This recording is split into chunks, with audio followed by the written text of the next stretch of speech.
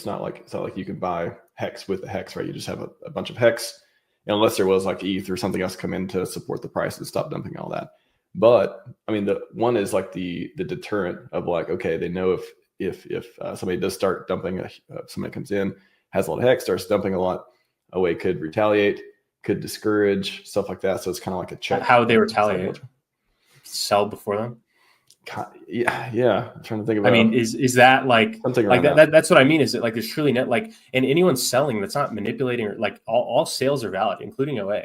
There's not like every single. That's what fungibility means, is that every coin is the same, and they can all be sold, and all coins are at the discretion of whoever knows the private key. Like if you possess the key, like they're entirely at your discretion. And so like, because like if your example of like JP Morgan coming in and like, okay, for where are they going to get the hex from? They have to buy it. Okay, good. It's theirs. And so like they can sell. And then the only solution is you need the OA to have the majority of the supply, so it could like front run them selling. Well, like that doesn't. Yeah. That it's doesn't. Not a very like, strong argument. Like the only lever that in a system like Hex, the only lever that the OA has with OA, I include the majority of its supply actually comes from the recycled ETH.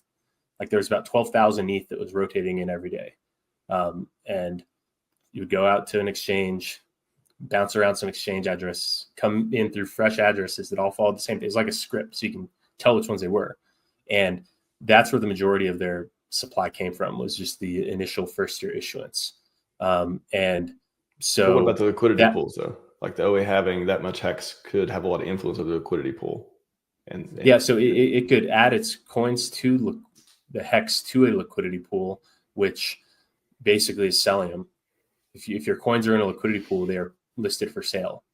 Someone can come and buy them from you without you. There's got to be some strategies there to make it to again protect the price from dumping on the liquidity though too. Especially if it's paired with other stables or ETH or something. But the only way to do that would be to be selling. Like again, if like we're talking only about Hex, not about inbound ETH or inbound other funds. If like the Hex on its own, the only thing that it can do is sell the coins or use it to set rates, but that is something you like can only do to the max once every 15 years. Because there's also the staking though. What if, a lot of people speculated, what if this staking move could later be emergency instaked and then reward a bunch of stakers with the Hex too? So it can technically give people more coins in a way. That would like, so think about it. So before the staking happened, it was 6 Hex per T share. So then after staking happened, then it was like 1 Hex per T share or something. So now, and 90 or whatever % of that daily yield is now being absorbed into the OA, and it early end stakes. What happens? I know. I want to see if you know what happens. Sorry, I was messing access for a second. Can you say that again real quick? So what all the yield that used to go to user stakes, but for the last 2 months has now gone to the OA. Like what if it was to emerging stake, like what is that equivalent to is what I'm asking. Like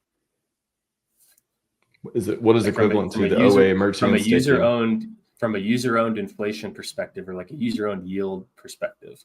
Like if those stakes were just emergency ended, like it's basically as if the stake. Well, it's basically as if the stake had never happened, because now that all that like reduced yield has now been fully and more canceled out. So like it would increase the inflation, and if that was designed to cut inflation, early end staking that is simply amplifying inflation to like a dangerous degree, like the problem that it was before, it's like way worse. And so definitely inflation would go all up. stakers getting more Hex units is pointless. Like it's because like I think there's some strategies there. I think so. Yeah, because all that does is make the price just go down. Even if like your paper value of your whole position goes down, now it's just like slashed value across the board. because well, let's play it out real quick though. Let's say that in 2 months prices start going up. Inflation has been down. It's really low right now. 2 or 3 months, and prices start going nuts. We get a 10x, 20x, and hex, whatever. And then OA is like, all right, cool. I'm going to reward the long-term people. I'm going to reward the stakers, whatever. Merchant stakes like one of them or something. Inflation goes up to, I don't know, 5% or whatever it is. Again, sorry if like instead of 1 hex per T-share, it's 3 or 4 or 5, closer than what it was. And then all this on paper value, you have a ton of hex sitting there, and you're like, oh, that's pretty cool. I'm pretty happy about that. I'm glad I staked.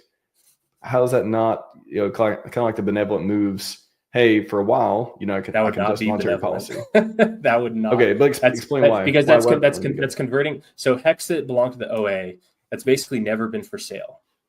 Okay, like can we agree that that coins that Richard holds, although you can call the AA selling the hex and you can call the sacrifice selling the pulse, but like assuming he already is in possession of the coins, those coins have really never been sold. Yeah. So it stakes its hex for 15 years and then full nukes it. So half the penalty goes back to itself, half that penalty goes back out. So all those T-shares, I mean, except, well, its own T-shares will absorb a lot of them, but the amount that is emitted to the holders, that is the hex that originally was basically not for sale ever, is now getting distributed to people that do sell actively because they're active users that they bought. The majority of that goes to people who bought hex between December 15th of 2019 and February 1st of 2020. Like the people who bought then absorb most of it.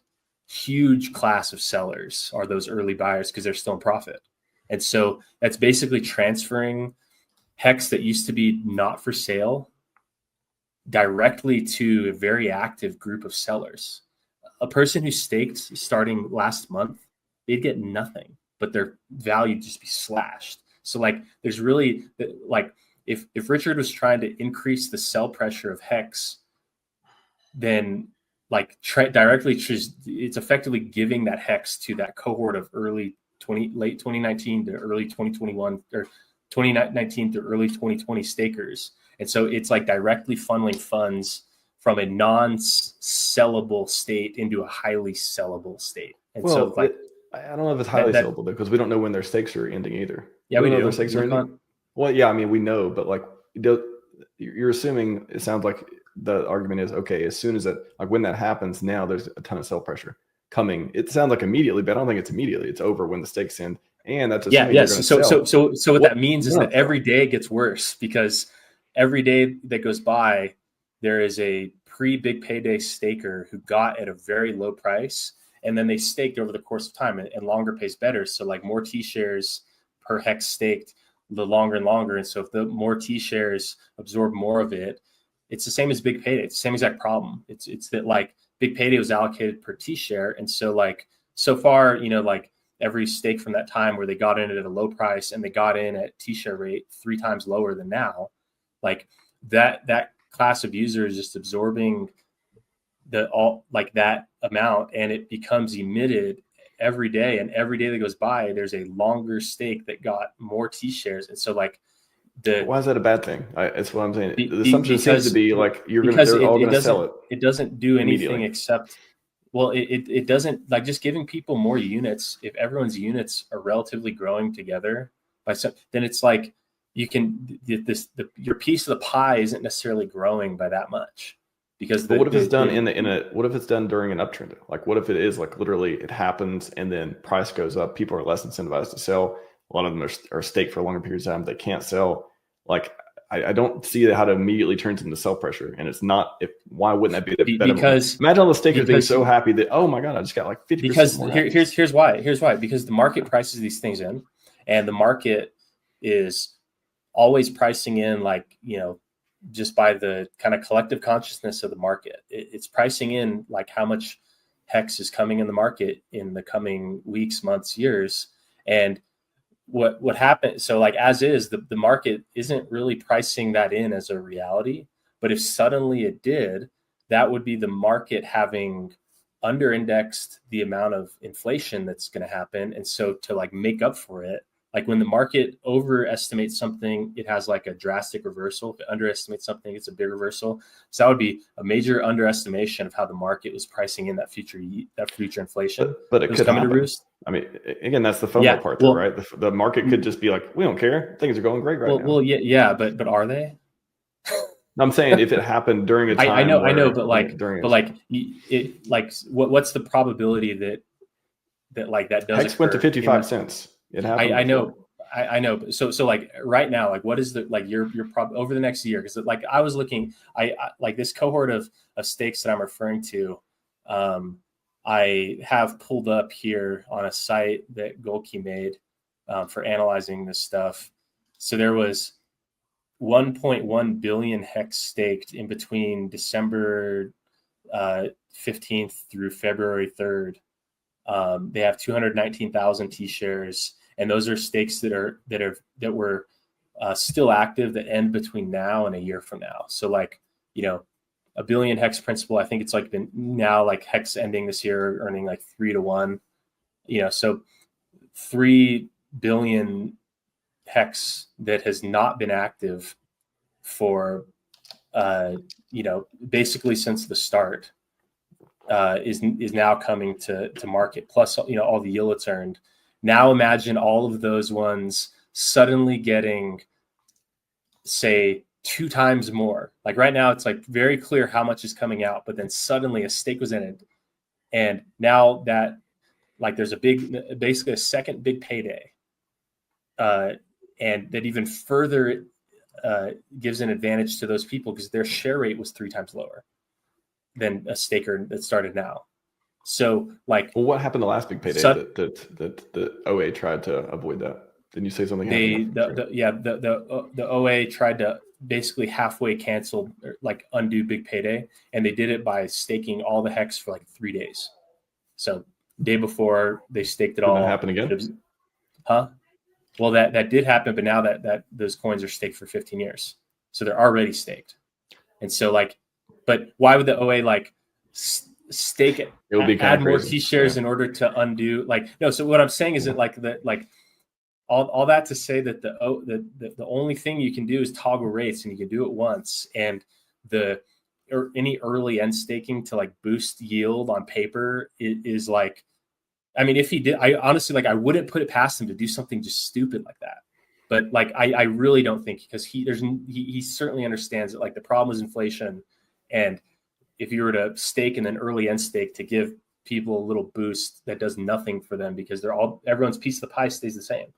Like, cool, now you have more units, but then like the guy whose stake ends like tomorrow basically benefits the most because he was staked. I think that's but your stake that ends tomorrow versus like say I have a stake that ends in 2 years, you have a stake that ends tomorrow, and suddenly you get like we both get like a big lump sum boost.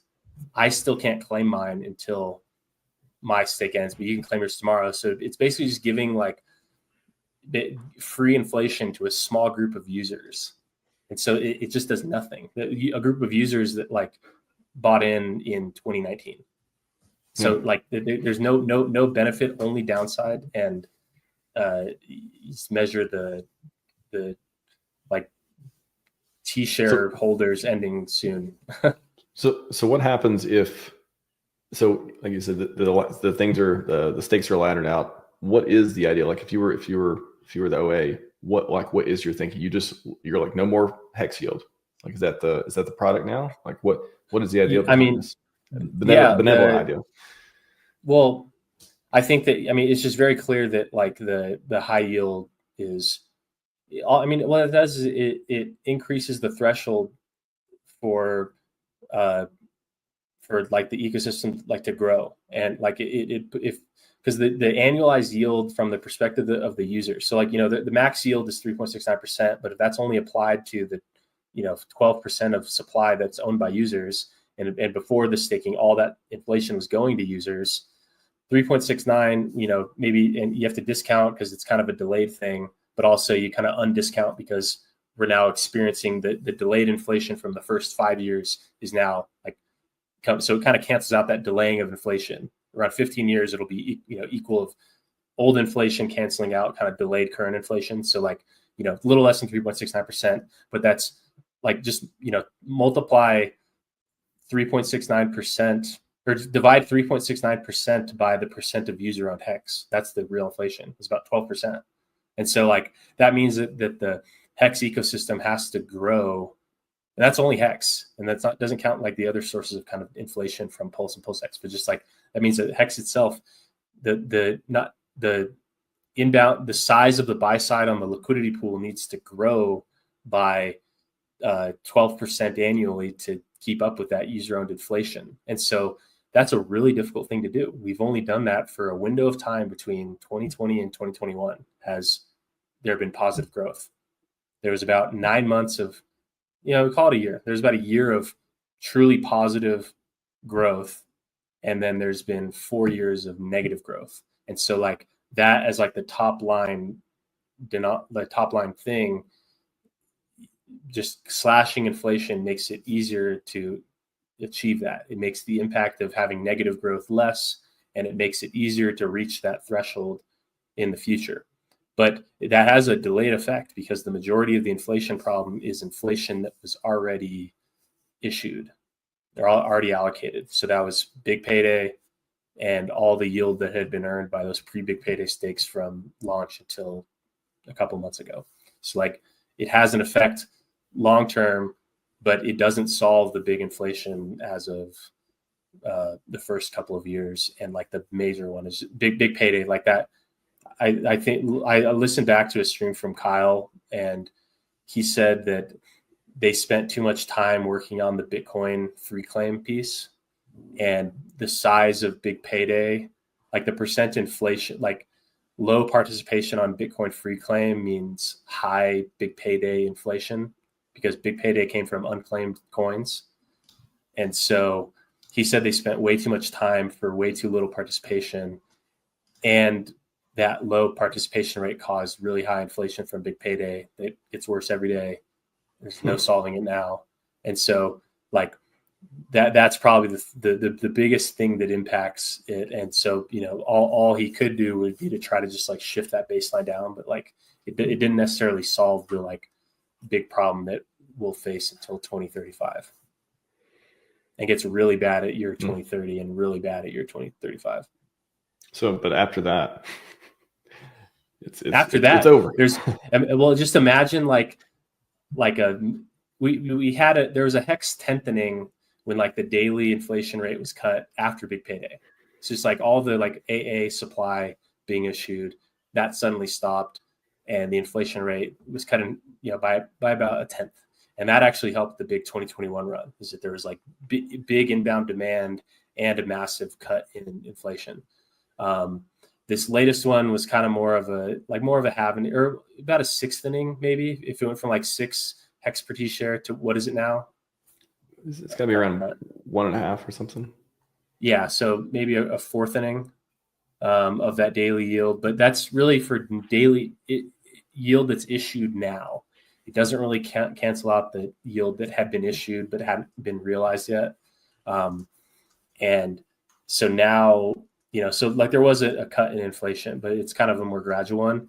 Once the last of the pre-big payday stakes ends, then that is like the true, that's like the first major cut.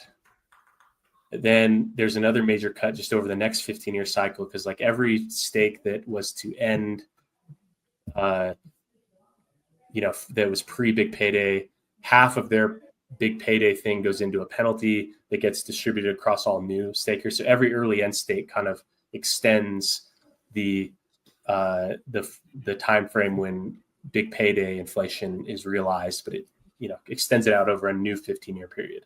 And so like every kind of 15 years where you reach that boundary is kind of like a big like inflation reduction on average. And so the big one is in 2035.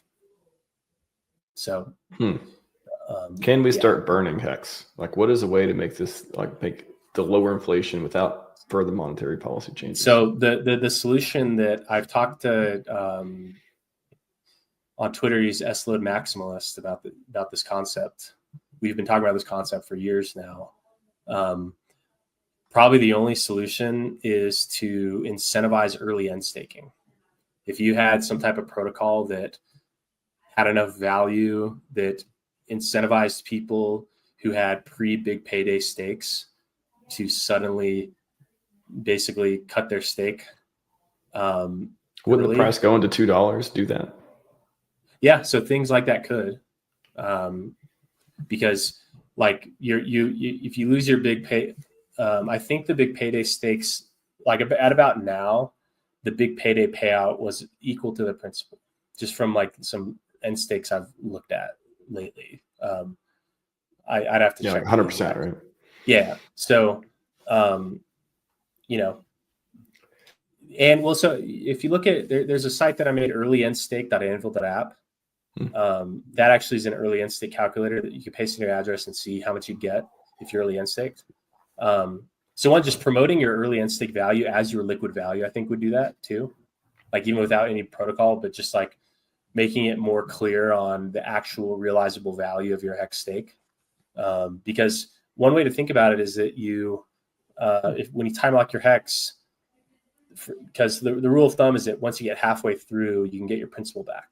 So one way to think about it would be, it's like if your stake is halfway through, like every day you're earning real yield, you can cash out at any time. And so once you're in that second part of the stake, so I think just like surfacing that information and further encouraging people to early end stake, and if there's like a way to incentivize them to do that, that helps to solve it, because that will clear out that big source of inflation that's highly problematic. That might be one of the most bullish things I've heard all day. Yeah, like, and I feel like the founder and everyone else the founder and everyone else has this aligned incentive to make the price go up, because the price goes up, not only can they sell at a higher price, and encourages people to early end stake and reducing inflation and making a more healthy system and all that. Mm-hmm. Yeah, right. I mean, like, yeah, that's the like. That's the single big lever that remains, because I mean, you know, the OA staking cut inflation starting, like, that was issued as of whenever that happened. I think in April or March or whenever. But like the first 5 years, like that's the source that like directly impacts, because like think about the user, like think about that user and like the psychology of that user. If you bought early, you watched massive paper value, highly marked up, and then you've only seen it go back down to like, I mean, stakes ending now, if you bought that very low, it's like you're still up like 10 to 30x, maybe even more. I'd have to look, but those users, so there's, you know, a couple hundred to a couple thousand users who are still up a lot, and they went through the whole psychological experience of like showing their staker app to their wife or their mom and like, oh, look at all this money we have. Like, oh, like it'll come out in 2026. Like, oh yeah, we're going to buy a house. We're going to, you know, do this. Like, we're going to do all, like, so there's that psychology, so that psychographic. And then there's also the people that got in like 2021, they believed all the narratives. They believed that Richard, I think in your words, he's a founder, genius, billionaire. Genius billionaire founder. Yes, that genius billionaire founder. Yeah. And so they bought into that. They staked like, okay, I'll stake for 5 years. And by then PulseChain will be out and we'll be millionaires and high yield. And so like those are that's the predominant source of HEX stakes ending in the next couple of years.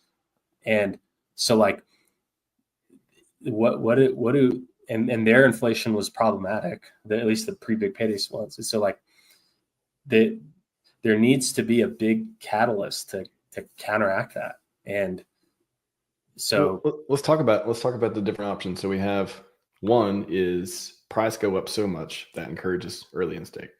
Another, which you mentioned initially, was a protocol that would, I imagine that you were alluding to, that would provide some sort of value to be like, no, I want to give my HEX, I want to end my stake and trade my HEX for this, or if I end my stake, I'll get this much for doing it, or some kind of like value exchange there, where I'm like, I like this other thing that I can now sell in some way. a protocol price go up, what are the options there for that to happen? Yeah. So that, like, I mean, price going up, that's always hard to predict, because that's like, you know, yeah, like you can't predict when or why people would buy, but like to dig more into like a protocol that might burn it, you know, that could possibly be something where you mint a coin and the amount you can mint is based on the amount of penalties that you paid. And maybe there'd be, or, you know, maybe it's a coin that can only be minted by, like, if you want to really dial into the problem, you just make a coin that is mintable to people that have stakes that started before big payday that are still active, and ending them early. And then the amount of your penalty is like how much you commit. So maybe something like that, you know, but it's hard to, yeah. Like basically you'd log your stake list to the contract, and then you would end your stake, and then you have to log it, because like the ending of stake, you can't do that during another contract call, because it needs to come from your address. But, or maybe with 7702 there would be a way to do this, and once it would be 2 steps, but like to add the code and execute it. But the, you know, basically you just submit a proof to the contract that you had, that yesterday you had a stake that was from pre-big payday that was scheduled to end, and you nuked it. So, and then you can mint the coin, but then you have to drive demand to that coin. And like, maybe that's like something that, honestly, that would be a highly effective source of, like, if the OA was to use funds, if the OA just put out like a bounty that said, if you early end stake your pre-big payday stakes, and you'll get this reward that may be worth more than the hex is currently worth on paper, but like less than like something, you know, that honestly could be a see, and people say you're bearish. Why? We're coming up with some super bullish solutions right now. It's pretty good. No one who's smart says I'm bearish. It's people that need validation and need a cheerleader. Like that's the, like, the people who don't need a cheerleader and who are thinking of solutions, they don't actually think I'm bearish. And me presenting solutions is not bearish, or framing problems. I like it. I'm bullish as fuck right now. Yeah. Like bullish AF, if chat can't tell. Like that's really good. I think we took the emergency end stake argument, which you had some super good points on, and been like, okay, if that's not a good idea, what does make sense? And I think that's something. Yeah, could we see community build protocols on that? Will Dipcatcher go and build a protocol on that after the stream? We don't know. He tends to build a lot of stuff. I have a contract that kind of does that, but I mean, it's like a lot more would go into it than that. But yeah, I mean, that's the, you know, one solution. Versology, I see in the comments, was talking about that he's upset. RH should get rid of everything on PulseChain and only focus on EHEX. Like, that's actually the ultimate, that's like the true final solution to the PulseChain problem, is a honestly returning to Roost and driving all energy towards Hex on Ethereum. Well, that's actually the solution. Let me tell you why that's like very unlikely and improbable, and like probably like will never happen.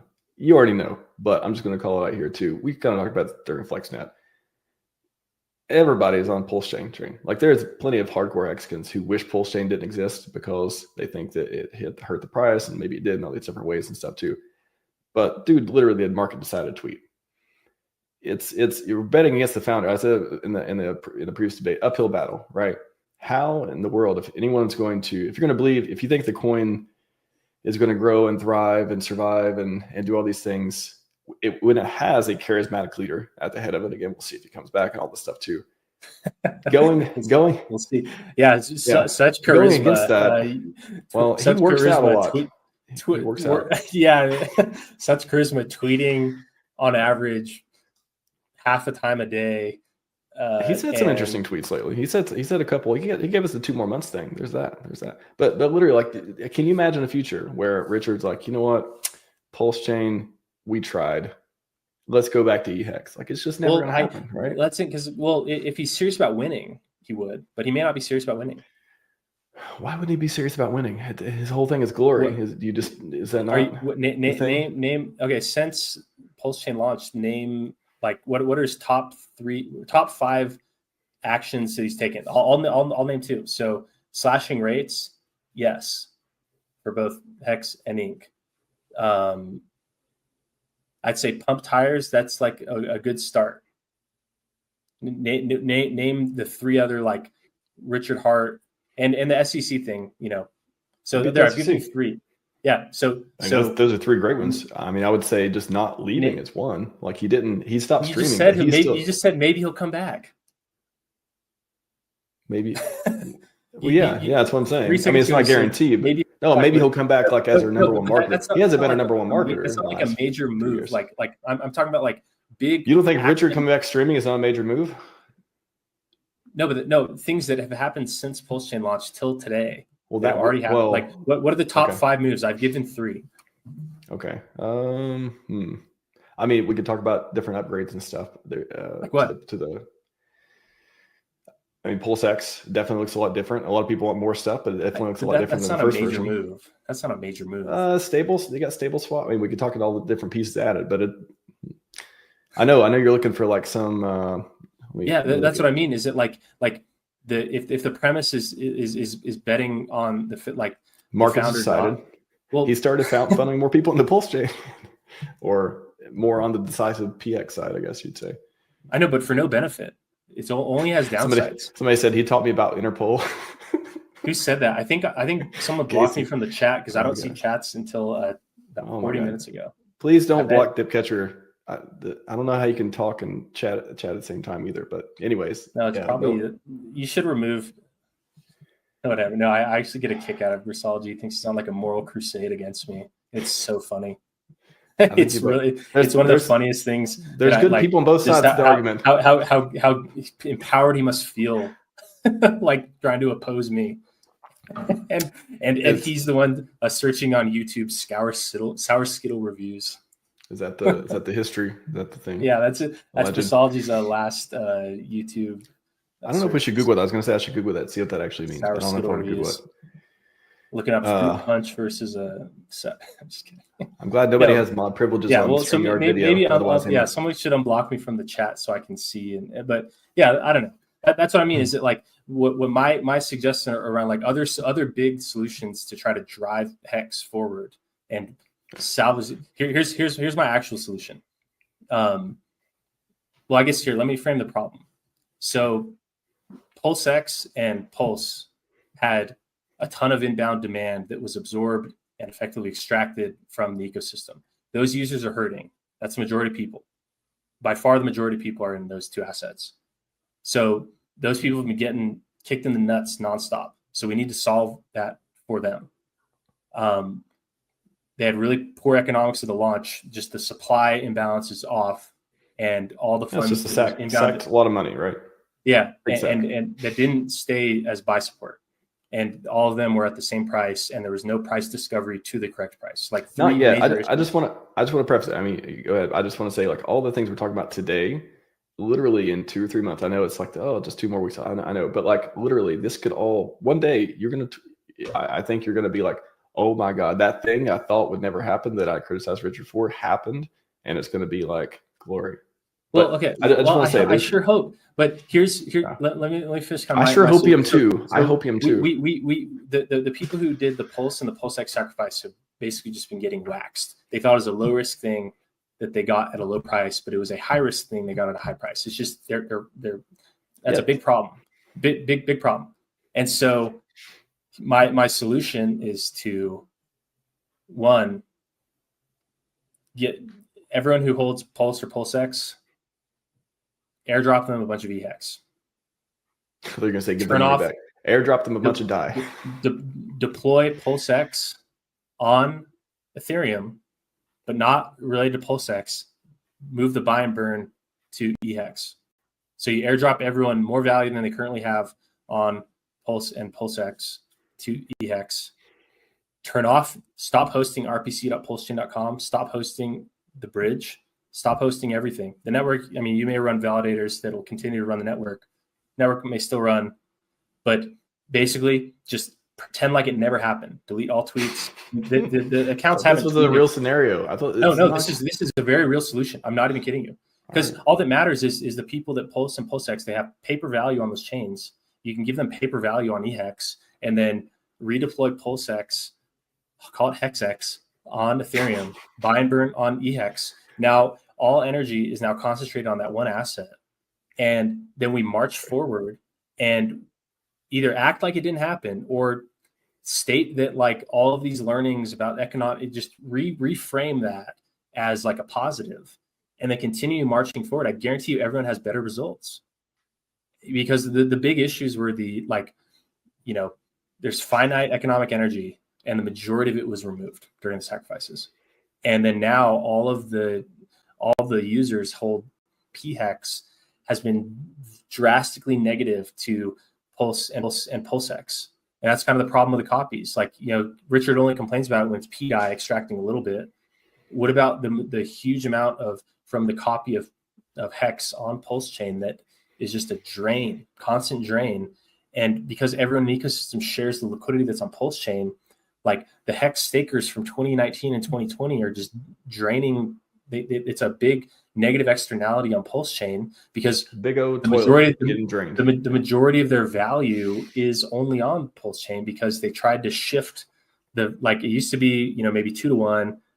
Richard tried to migrate everyone over, and it's just like, no, there's no way you can possibly think that's like a good thing. And so like now the stakers who didn't contribute anything, they're extracting liquidity, and the people who sacrificed, you know, that group of users that's selling, they contributed liquidity, but it's not in the liquidity pools. It's sitting in ETH. And so like, and the other group of people contributed HEX that they probably bought very low. That didn't introduce anything of value to PulseChain. So like, there's like the majority of the like, there's just this huge, and that's why everyone feels the way that they do, because there's like a major imbalance in how everyone's cost basis is relative to the liquidity structure. And so truly, like, the solution is to reconsolidate and honor people's Pulse and PulseX values in EHEX. The OA earns so much EHEX from the early end stake penalties, and like they have stakes that have already, they're coming due. Like a quarter of the HEX coming out this year from pre-big payday actually is an OA stake. So there's huge amounts of value that the OA could draw from that to make people good on PulseX and Pulse, and just continue driving forward. And like that's like actually a real solution that like doesn't do anyone any wrong, but people are just like, because they perhaps built their personal brand around PulseChain, like they don't want that. But like that just shows that like they're not interested in winning. They're not interested in glory. I don't think it's because it built the brands or anything else. Like literally, if that happened, it would be super bizarre. But I think a lot of people would be like, all right, well, we're going to migrate to doing the HEX X. They absolutely would follow along. The people that just like swap it. What's that meme where like people swap it, whatever, like they swap out the little chip on the head and they start repeating. Like people would absolutely, if Richard said, all right, guys, we're running it back on EHEX. If you hold Pulse and PulseX, you're going to get your EHEX over there. What we're going to not just shut the bridge off. We're going to use the admin key to yoink all the funds. We're going to burn the bridge. Yeah, basically, yeah. Like, just why not make use of the admin key and take all the funds, migrate that to the EHEX pool, airdrop EHEX to the Pulse and PulseX users, and then just carry on forward. Well, I'm not even saying your scenario isn't logically sound. Like I know I'm with you on that part. Two big problems. One, like why would that need, like, I know, like based on, I think your whole thing is like based on the current state of things, which I get. Like, okay, liquidity is this way, the prices are this way, the marketing is this way, Richard's not streaming this way, like all that's based on today. I get it. It just seems like things, if anything changes for the positive and things get an upward trajectory, the whole thing is like, well, yeah, if this stayed like this forever, we could do that. But if you believe things are going to go up and get better, then they don't need to. PulseChain can't survive. So let me agree that things will get better. Now imagine things getting better, all centered around HEX, or things getting better now, just distributed amongst this like big, heavy, like what will have higher impact? Things getting better around a single thing on a single like high value chain, or things getting better on a low value chain, spread thin. No, you said things get better. It's not gonna be spread thin. And there's gonna be like we already got what, 200 I know plus. what that means whatever is that stats, like 200 plus projects. Things builders, have to get right? 10 times better than what they would have been to have that impact. That's what I mean. Is it like, if you're serious about winning, you want the thing that's highest impact, highest leverage, and truly like, and you want to do people right. I mean, like that's the other argument. Hold on, let me dig into that real quick. The other argument is like everyone feels like they got like stabbed right now. They're like bleeding. I don't know. Is it just me? Like, do you look at your portfolio every day and be like, man, I wish I had more money. I wish my things were worth more. What's the point of a portfolio? That's the whole point. I don't do that. I don't like. But like, why? Like, why? And you're yoked. Not everyone. I can get a job. Not everyone. Like, not everyone is you. No, but my point of that is I'm only 6'1", dude. You're bigger than me. I'm pretty sure. No. Okay. All right. I misremembered I'm pretty sure you and Gold Key both stacked. Okay. Anyways, why? But like the question is like, why do I believe that? I don't think I'm delusional. I don't think I'm naive. I don't think so. I think I'm pretty logical in a lot of different things.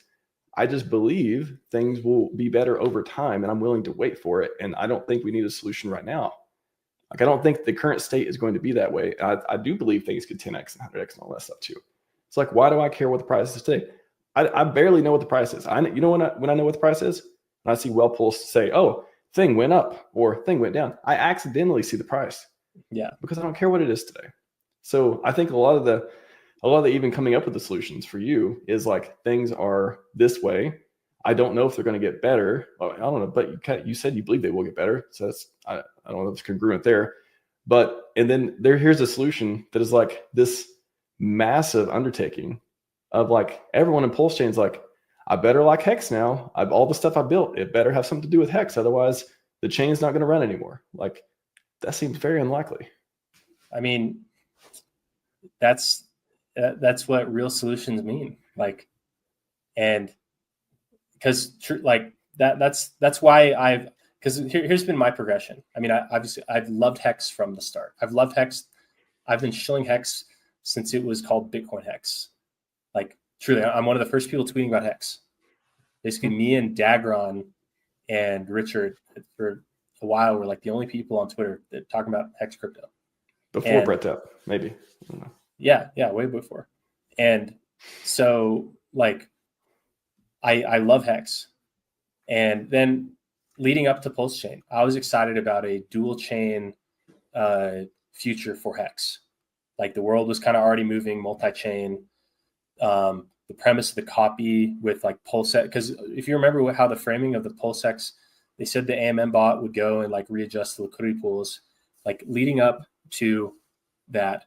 And because there was so much Hex that was absorbed in the sacrifice, and it was all kind of consolidated into the SAC addresses, like what it was, like 250 or 350 billion Hex, like all that Hex was absorbed into that. I'm there doing the math, like, okay, like when this launches, there's going to be a EHEX, PHEX liquidity pool that has 150 billion Hex in it. And it's going to be, and because that is like that represents like 90% of the total supply, then even if 100% of users migrated towards one, the price would only move something like 11%, if I recall my calculation. And so like in my mind, I'm like, okay, like your coins are actually going to double in value, because like they're going to be paired with an impossibly thick liquidity pool. It's going to make EHEX and PHEX interchangeable effectively. PulseChain is going to be an extension upon Hex. It's going to like, like so in my mind, like I was all in on this like dual Hex ecosystem. PulseX launches. There's not that, like that because the only time to really make it, well, I guess it did. The only time to actually do that would have been during that like pre-launch 24-hour period.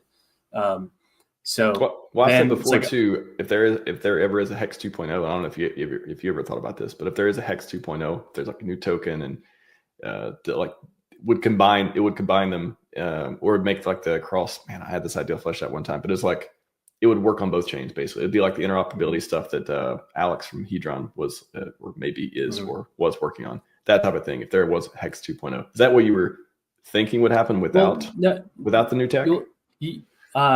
Not necessarily like where you're more just like the price of them just sticks together close to one to, like it'll oscillate around 1-to-1.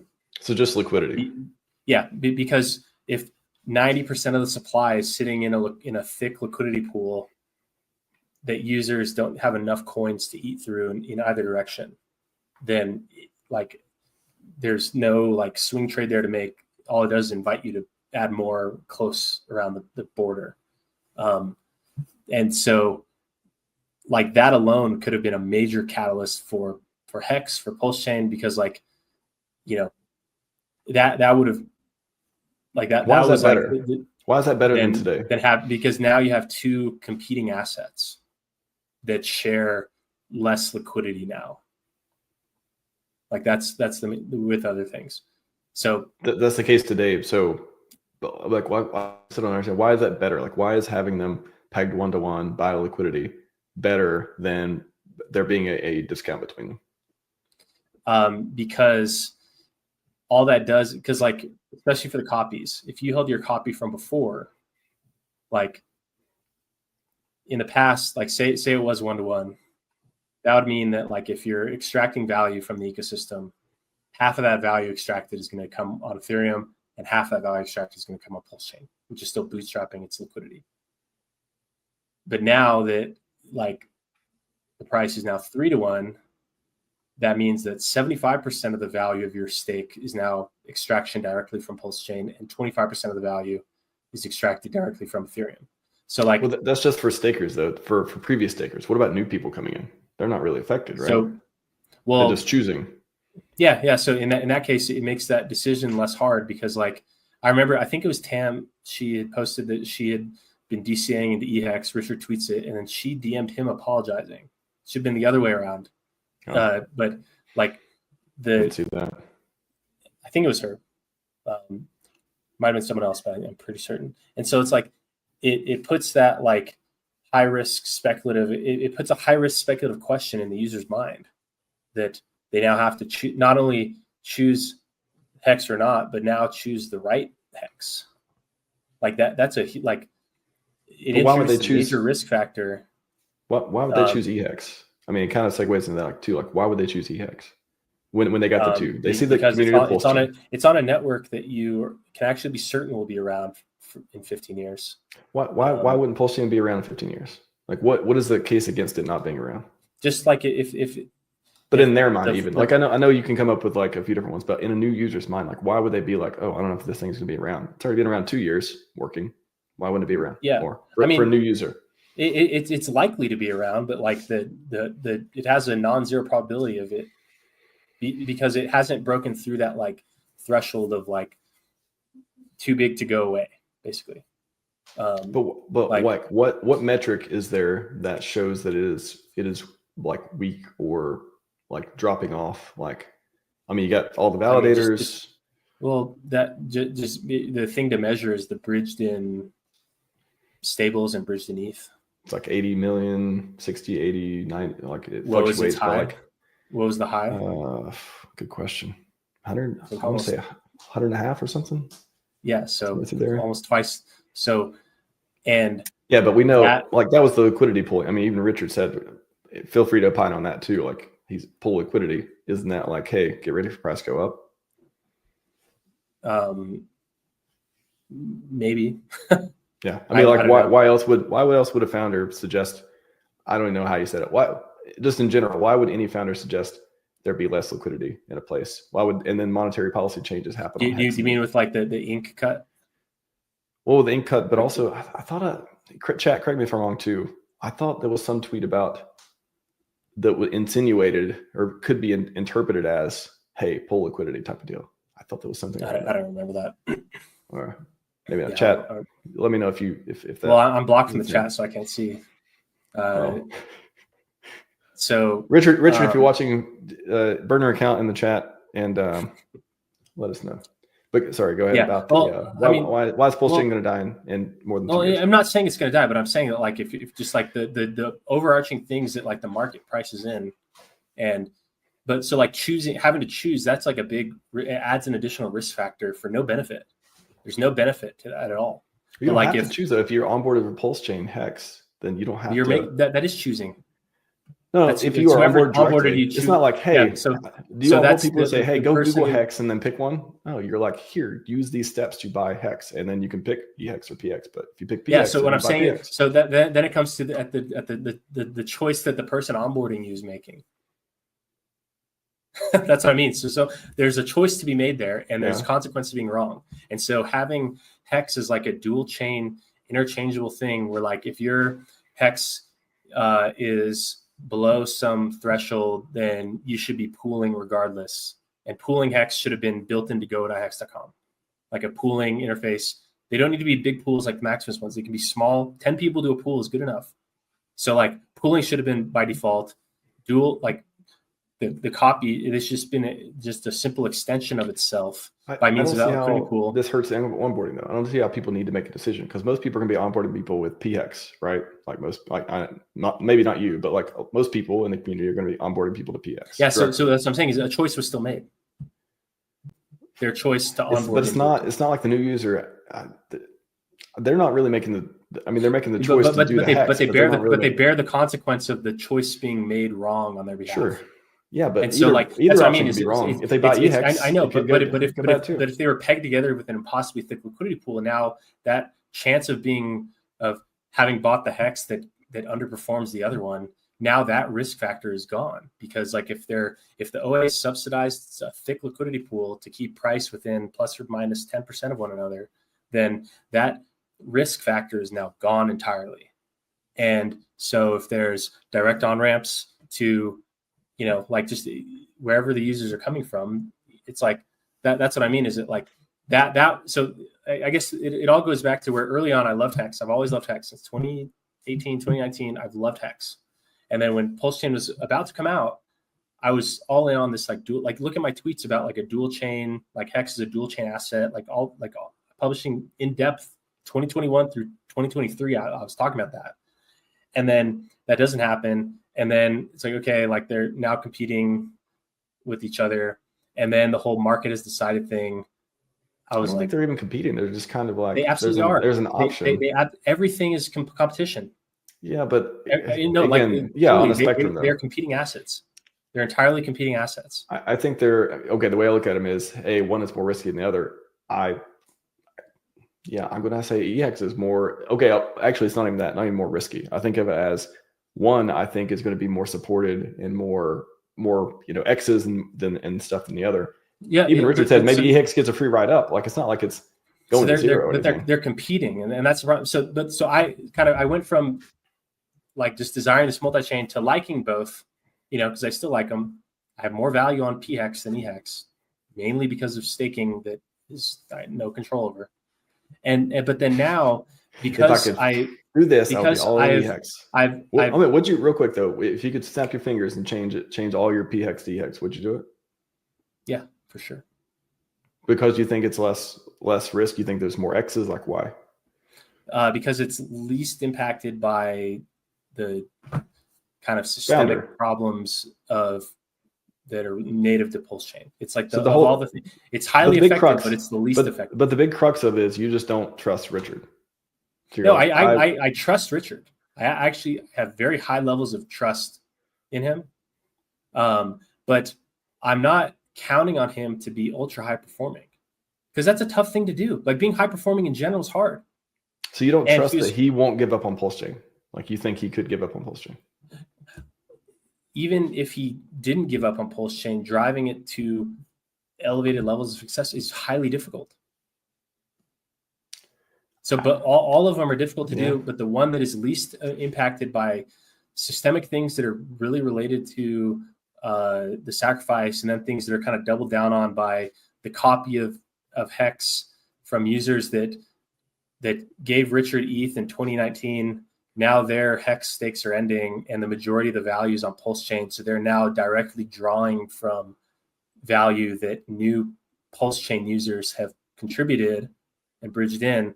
Like, that's a major problem. And so like the one that is least affected, while it's still highly affected because they're all intertwined, the one that is least affected by some of these systemic problems in PulseChain is Hex on Ethereum. And that's the core thesis.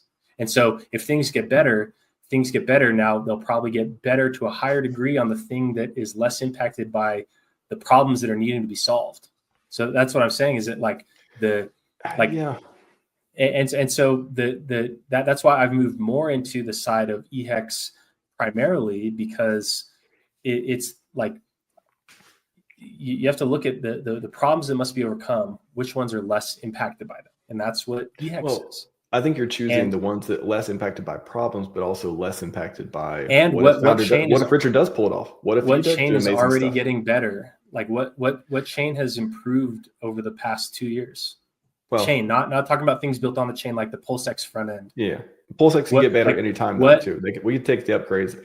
That's another open question. Why we haven't been taking upgrades either? Maybe Ethereum is the testnet. Maybe it's true. Maybe it's not. But it's like the Ethereum testnet is the testnet. The beacon chain, or just even the not on PulseChain, baby. Hey, I mean, honestly, like that's what I mean. There is a logical argument to say that Ethereum we can wait and see how stuff turns down Ethereum. If they're not bullish for price, why do we take them PulseChain? Why isn't that what he's doing? I mean, that could be it. Also, there may be incompatibilities. Like, if the only major difference that was made was so what are the big differences that what were the changes that were made from ETH to PulseChain? Changing the target block interval to 10 seconds. 10 seconds. And just lower starting price so you get cheaper transactions. Well, the change. What were the changes to the validate? Like, not things related to price, but things like actually network related. Were there some validator rule, like the number of units to validate is? It's just a 10,000x. Yeah, difference. 32 times 10,000x, so 32 million. 32 million. Okay, yeah. So those types of things. Like a million x, 32 times a million. Yeah. Yeah, and so like there's a chance that some of the EIP, you'd have to look line by line in the EIPs, because like the Ethereum EIPs are centered around things that are native to Ethereum, and a lot of the EIPs do have to do with the whole validator sequence and like the user experience from the validator's perspective, rules around validation protocol, like, and so and there may be other changes outside of those kind of like obvious changes of like changing a number, but like there may be other changes that were done to support that, or changes, just based on so there may be backwards compatibility issues with like where upgrades that were made on Ethereum that are based on the state of Ethereum, that effort to add those may be really high, and a lot of the changes that are made are related to L2 stuff, and that doesn't even come into play because there's not that infrastructure. Like, I don't even think there's blobs on PulseChain.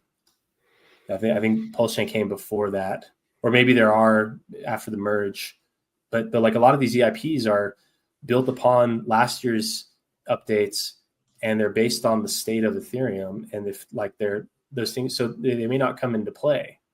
And what if they don't? And no one, and it's not like there's a lot of the only activity that if you look at the GitLabs, the only activity, at least that's shown publicly, is public stuff, though. They got private testing. I know. So meaning the only stuff that gets shipped to production have been updates to the PulseX and Hex front ends, and like user-facing website stuff. There hasn't been any new contracts. I mean, not. Are we talking about network? Or are we talking about that? Talking about the network stuff. Okay. The GoETH implementation. GoETH. Yeah. So, like, there's not. So there may not even be anyone on staff that can implement that, because it's not trivial just to like click a button and say, "Oh, we're like we don't know. We know that Brett." No. Brett's involved because I think he's the one pushing this stuff to the PulseX server. But like you know, there may be other people in the only activity I've seen are people leaving that group. So like what activity have you seen them leaving the group? There's a user. Let's see.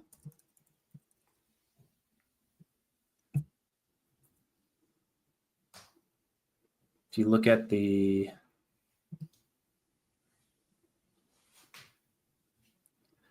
5 members of the group. There used to be 6. Maintainer, developer, owner. So, like just one. But do we even know who that person is? It could have just been Richard, himself, like just another account. I don't know. Could have been any of them. Yeah, but that's what I mean. Is it like there's, so like in the last. So 1 month ago, Brett pushed stuff to the PulseX front end. 3 months ago, Brett pushed to Branch Master on the HEX front end. 4 months ago, PulseX. So the only thing that is, so Bridge front end, staking launchpad front end, all the servers. So the stuff so people can download their own. The only updates in the last year have been on the front ends for HEX, PulseX, Bridge, validator thing. The last push to PulseChain itself, which is to the Lighthouse Pulse, was June 6, 2024. So over a year ago. Yeah, but literally tomorrow they could be a bunch of updates. Yeah, the whole thesis is just like it's gone. That's not. But it's like, if my aunt had balls, she'd be my uncle. So like, if this. But these things happen. I know, but like we're talking about what is happening and like what the current state, not like the state we wish it was.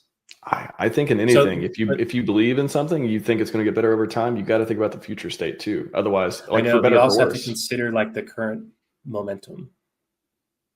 I just don't think the network upgrades are like a big pumpamental like. They're not. They're not. But it's like they may be a factor in it thriving or like, Oh, okay, all right. Let's see if you agree with this. I if I were to imagine RH's priorities and all this stuff, he's got a bunch of stuff on there. We've seen him even do the list. I know you've seen the list of like, stablecoin for an exchange I'm making and Pulse pancake swap and all that stuff before that. Remember that list that he did like 3 years ago?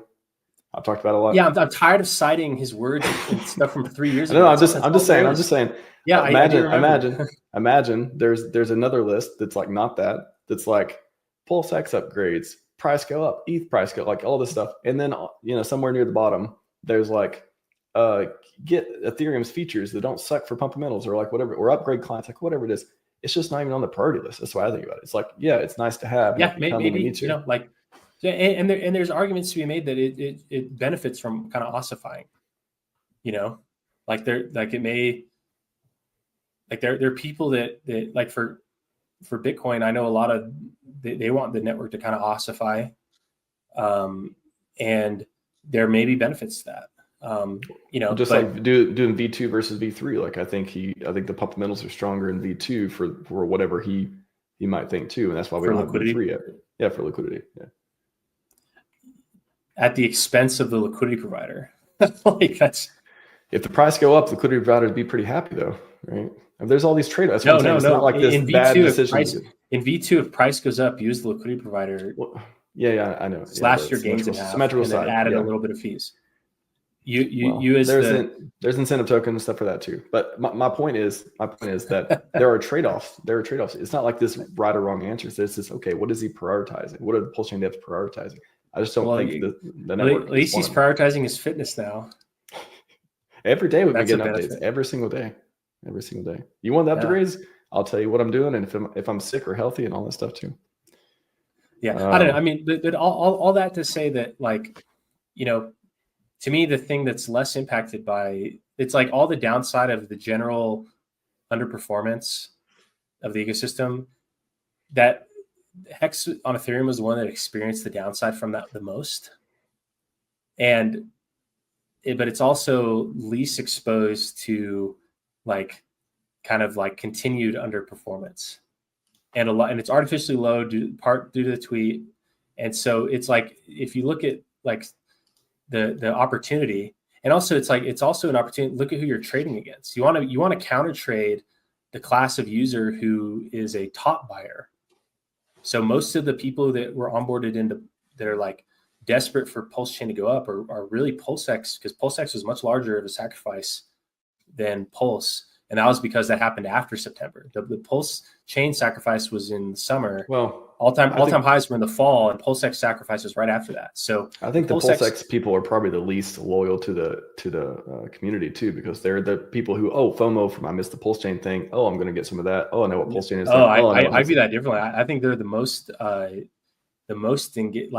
because they need it the most. Well, I agree now, but like you can say that the ones, and there's other dynamics of like there being so many people that basically bought the top there, and because that was the largest, it created like a whole cottage industry of people to create content around PulseX and be bullish on PulseX for the social media points.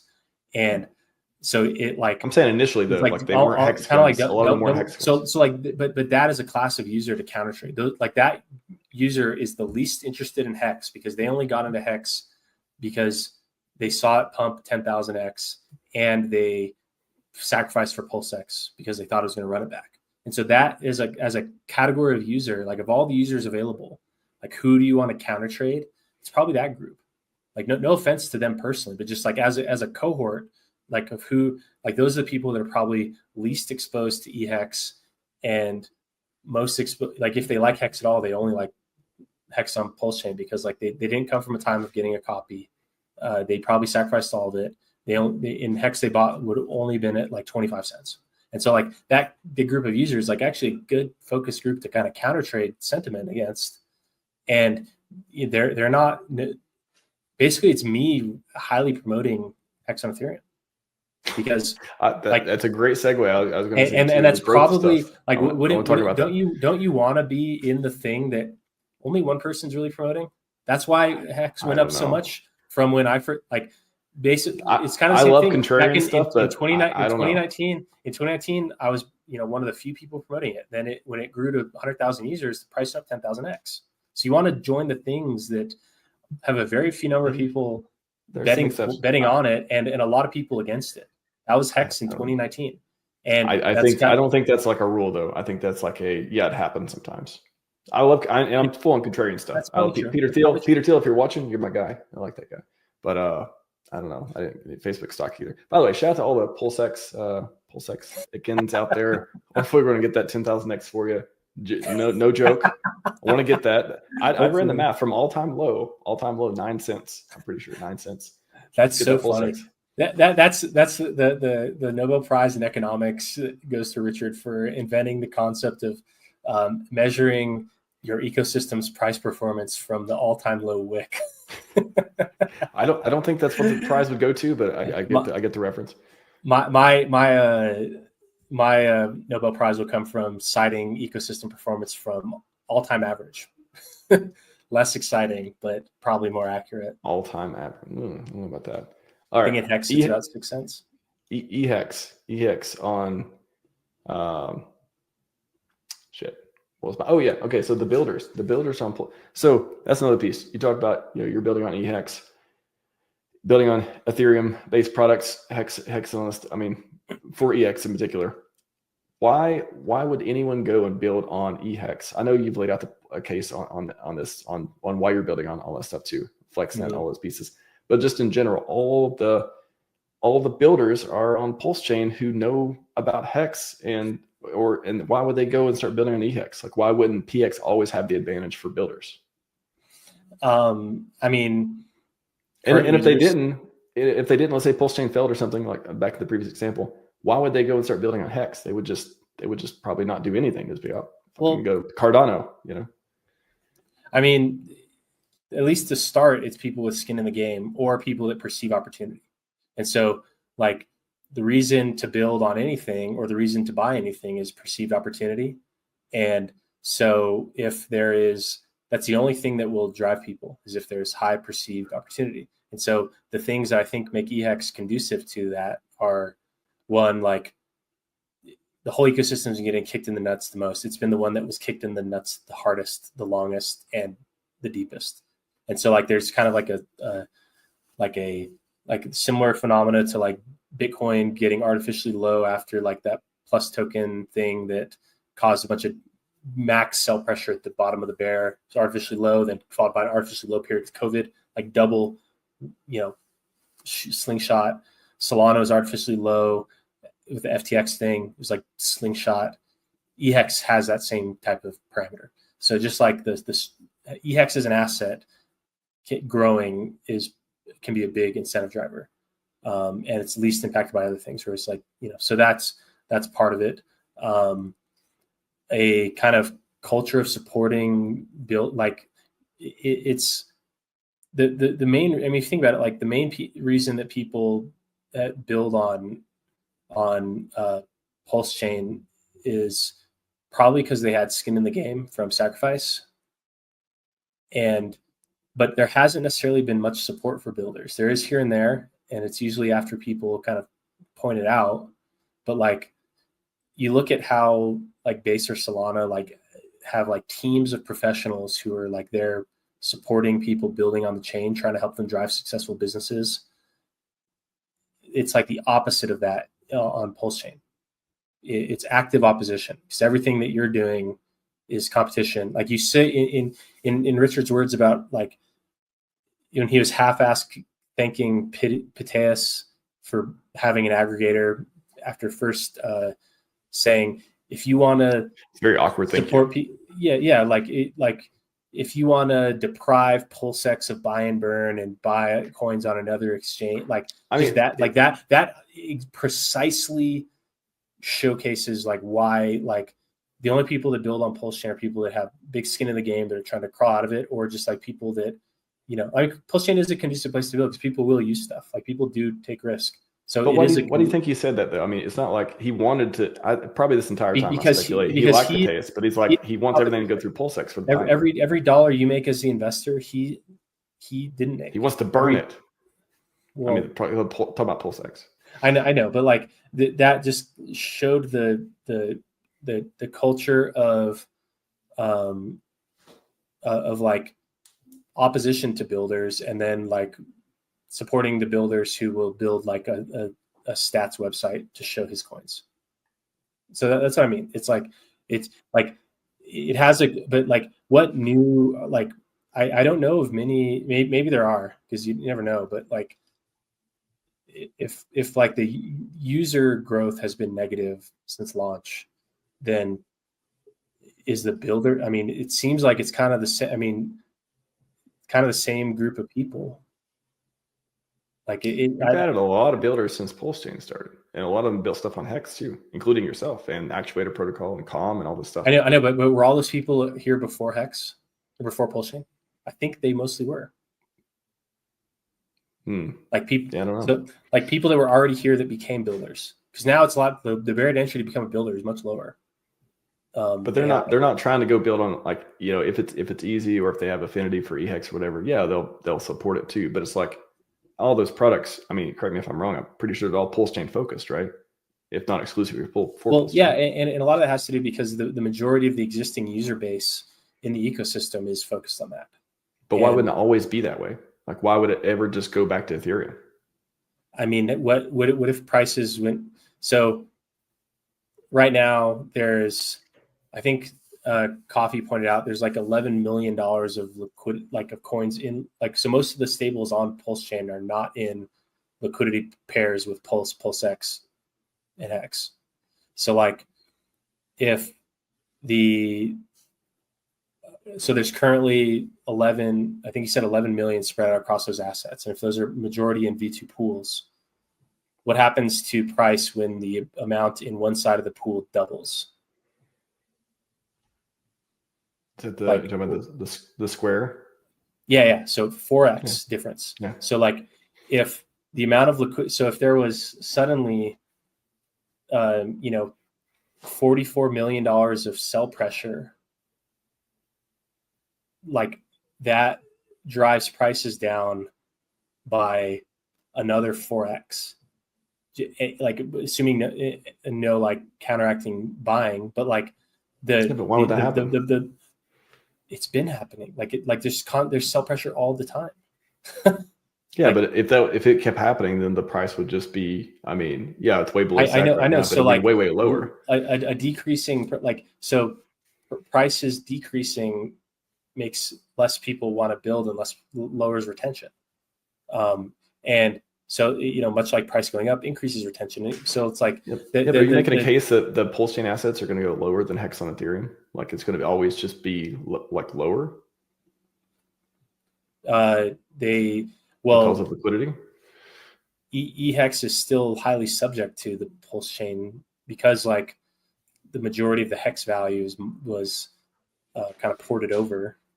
The market decided that one day to tweet. And so it's highly coupled with it.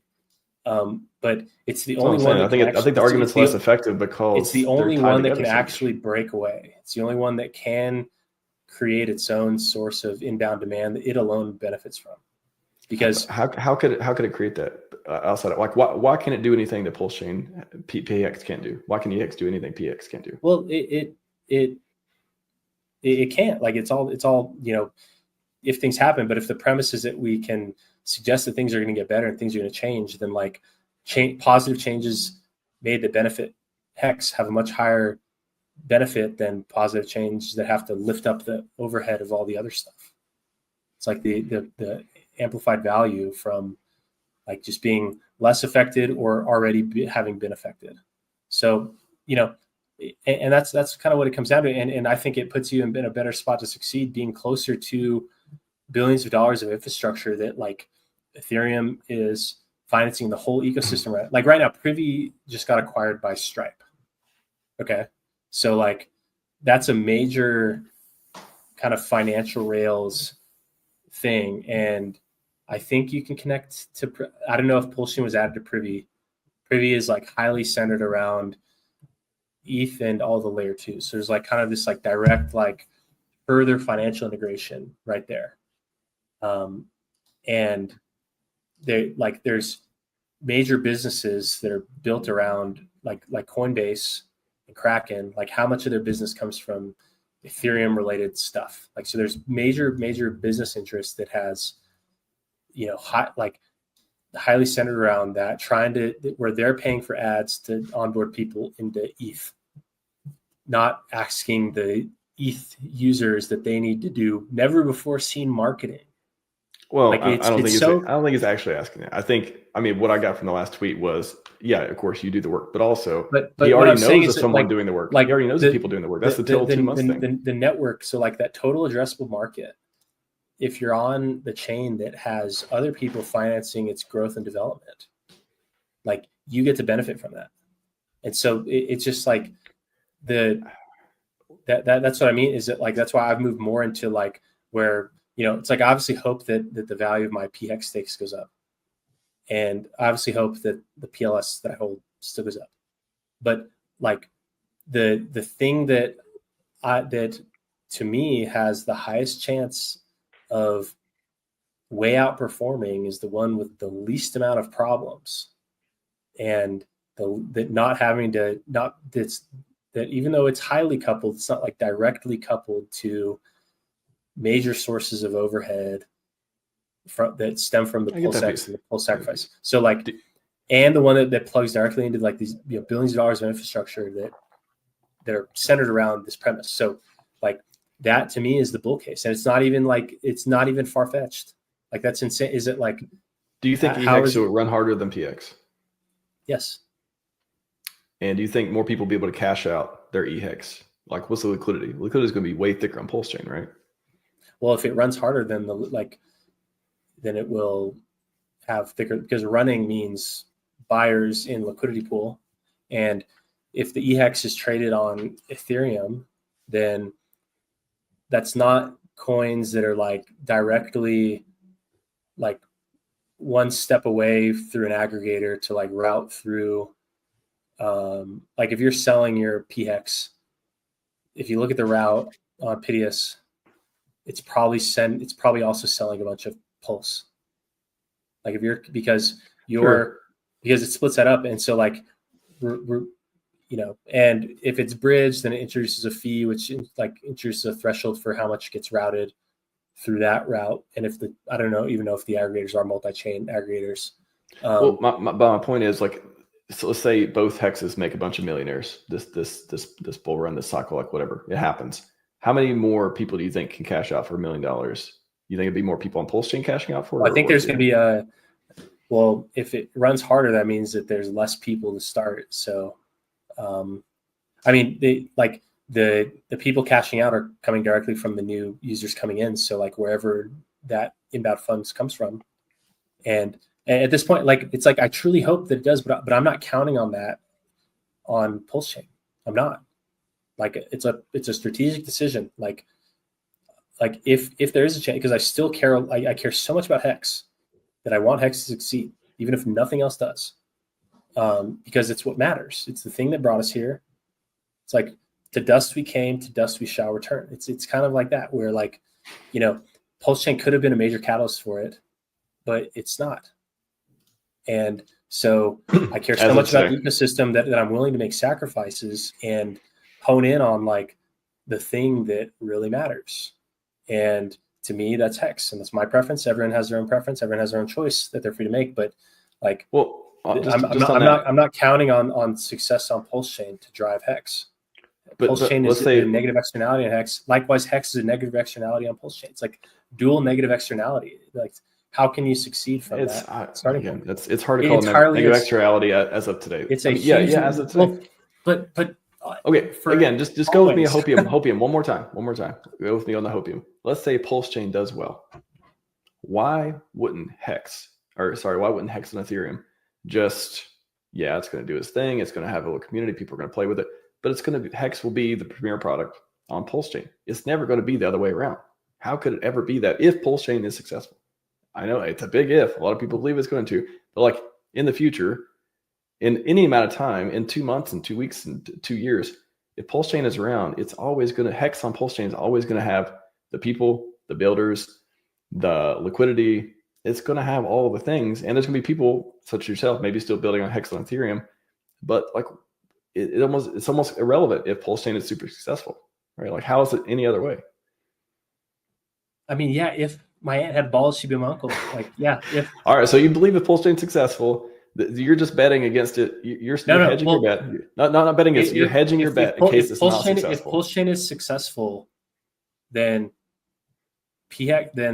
assuming PHEX is also successful, good. And EHEX will also be successful. But if PulseChain is not successful, then PHEX not successful, EHEX will hurt, but at least it has a chance. So like EHEX benefits from a successful PulseChain, but it isn't fully murdered by a unsuccessful PulseChain. From where it is right now, I just think it's literally like the most contrarian. It's like the most contrarian bet, though. It's like, you have so little chance of that happening. What has happened in the last 2 years that gives you like this feeling that there's like a huge wave of momentum coming? I would say I think the better question is what makes me still be up here talking to you after the last 2 years of shit show. I think we're going up. Yeah, and I hope, and I'm here too. You and me together, we come in from the same class of RH YouTube not channel. Stupid people. Stupid people. You and I are one and the same. But I think that I am like me honing in so much on EHEX. It's more like I want direct solutions. And kind of this like hee-hawing about like, oh, it's going to get better. Like look at Richard's Telegram. Like look at his vision he cast, his Telegram from 2021 when he's trying to fundraise. Like look what he said. We're going to have all Golang developers. We're hiring Golang developers. Yeah. Blue team, like all this stuff. To me, like one, I start from a premise that everything that anyone says to you is a lie. Because like if you counter information on the internet, it's probably a lie. And so like starting at that premise, like I don't like just like take things as fact. And so that's probably the disconnect there. And like too, like I want direct solutions. I want things to amplify what was successful, and Hex was successful. And it was like trying to leverage the success of Hex to try to launch a new network could have been good, but launching a new network is very difficult. And so, it's made even more difficult by having $2 billion. Imagine a $2 billion VC round for a coin that like you'd talk shit about it. Like you'd say, oh, look at those VC. Like it's the same thing. Like the problem isn't that they're VCs. The problem is that the cost basis is all messed up, and they own a majority of the supply where they're looking to realize a gain. Like that's the problem. Isn't them being VCs. The problem is just like problems with cost basis and market structure, and that's literally exactly the problem that's there. So like it's like it's a problem. It's not a problem. Like I said, you're looking at it right now. Yeah, what makes a problem not a problem? A solution. And it's like we need a lot of different solutions though. There's the burn it all down. Postcards. Like let's start postcard solution. I know, but burning it all down. There's a wait, and things may happen because either we make them happen, or other people with best interest make them happen, or RH makes them happen. Like, okay, so who you think less things are going to happen? Are less things going to happen going forward? You think RH is going to disappear? Didn't you just say maybe he'll come back? Well, yeah, there's not 100%. I think he will, but I'm just saying, like, do you think less things will happen going forward? Do you think less updates? I've said this before when we've talked about like what's the future. I think the current amount is going to continue. I think that's a very fair thing. That's not saying that things are going to get better. It's not saying things are going to get worse. So we just need delayed gratification until glory. I know, but like who are the highly effective people in PulseChain? I can think of how are we measuring it? How are we measuring it? Being able to execute on big things. The only one I can think of is West Coast people. Oh, like highly effective. That was a very hard thing. Shout out to them. Like that was that's what I mean. Like hard. I wouldn't even consider myself highly effective. It's more like I know I can build stuff, and I know I can think about stuff and do math, but like in terms of like truly highly effective people that are like working to promote to like actually make things happen, like truly the only highly effective people that I can think of are the Coast people. I'm sure they appreciate that. Shout out to like there's application developers and people that build things, but like in terms of like when you're talking about things that are going to be done that drastically improve the state of PulseChain, like who's out? Think about Alex. Okay, he has been talking about this stuff for like 2 years now, right? He's been talking about all these data science. I know. And up until this point, we have nothing. We have nothing new launched other than the original Hedron Alcosa. But a lot of people believe that when that stuff happens, it's going to be amazing. You think he's going to be highly effective once that happens, or do you? Who is currently being highly effective? I know, but like we have all these things that are just like, I know they're right there. They're right there, and it's just like you think you think Alex is just stopping. He's just going to disappear. It's like I don't think so.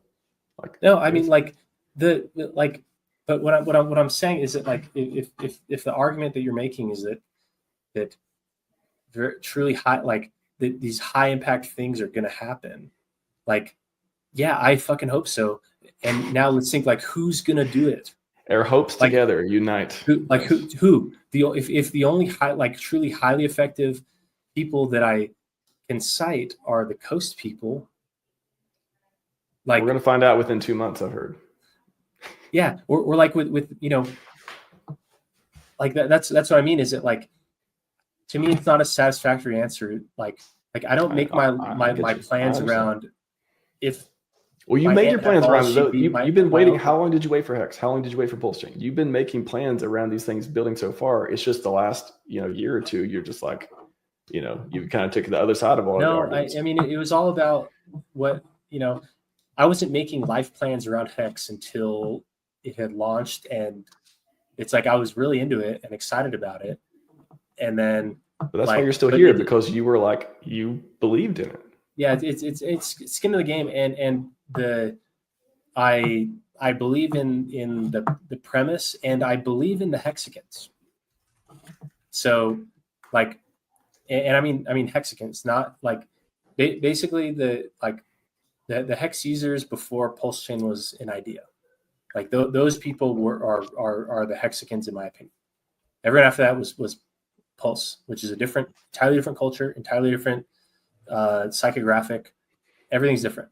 And so I've always thought everyone with over a million hex and above, or if you have a 15-year stake, I think there's different ways to measure it, but like a lot of people, I mean, they call hexagons, they don't have people hex. that were you're just suggesting are just going to get better, and I'm suggesting that how can they get worse? It takes. Okay, but the momentum we have now, we just beat the SEC. I have to remind you, by the way. Pretty good. It's pretty good. And just real quick too, I want to say the last time. What's the outcome? The outcome is a lot of good feelings and momentum. There we go. It's the first thing that comes to my mind. I know, but what's the chat saying? Can you pull some? Because the last chat I see. Look at the chat. We probably shouldn't look at the chat. Yeah, I know. StreamYard is fucked right now. StreamYard is just. Let's see what they're mostly good things about you, I think. No, it's probably if people really upset with me. Let's see. I'm gonna pull it up in an incognito window. What was I gonna say? Oh yeah, I was gonna say last time I underestimated Hex. It was I remember on was it Bidesk? Yeah, Bidesk. Remember it trading on Bidesk, the centralized exchange we had a while back. Sorry, what? You remember Bidesk with a centralized exchange we had a long time ago? Mm-hmm. Man, I remember it trading. I was like, man, if it will not go above 2 sats. I kept trading. I was like, I was looking at the Bitcoin pair, and I was, man, I'm gonna have to start trading this thing on the Ethereum pair because I can't. Yeah, the more decimals higher. Right. It was like, so that's the last time I was like, is this thing going to work or not? After that, bro, I'm in. They went 3 sats, 4 sats, 5, 8 sats, 10. I'm like, what the hell is going on? Probably the last time I used centralized exchange for all that stuff too. DeFi, baby. PulseChain Maxi says, I'm following everyone involved promoting this. Warren Lee says, bumbling, blabbering, blah, blah, blah. Everyone who showed up for this chat is a detractor of the hex values or something. I don't know. Takes everything as a lie. Yet believed Arch lies enough to invest his money. Well, most of the money was invested in 2019. So it's like back then there wasn't lie. But also there's nothing wrong with a lie on the internet. Like lying is a key piece of humanity and the key piece of zero-sum financial markets. So like lies is not really. You are the most code as law guy I've ever seen, which I highly. Well, it's not even code as law. It's more just like in a zero-sum financial market, you can't assume that your competitors are going to be truthful. So it's like if someone lies lying is part of the game. If someone lies to you in a financial setting, then like you shouldn't that's an odd thing to expect. All right, good. Sorry, we got to wrap it up though. I've got X pump because OA was recycling. Right. No, that wasn't why. I literally have to use YouTube chat to say bye to everyone because it's StreamYard. Dude, Axis, he showed me a screenshot of status.streamyard.com. It's just like down or something. Google Cloud is down. I don't know. It's like that's why I couldn't come back. That could be it. That could be it because I had to go to a Safari one, not on Chrome. So weird. Yeah, I don't know. I mean, the thing is that I'm focused on direct solutions, and that's what brings me to EHEX. And if you're not focused on direct solutions, then it makes sense that you may not be in that. And most people are not. Most people, like a lot of people, I think, like they've never in their life they might have never solved the problem or never thought about solving a problem. And so, like if like you start with that, if like you're just like a baseline user, like nothing, there's truly nothing wrong with that. But like if that's not part of your core, then like you wouldn't think about these things in a problem solving thing. You would probably only think about it like what benefits me directly the most, or what will get me the most points with my little internet buddies.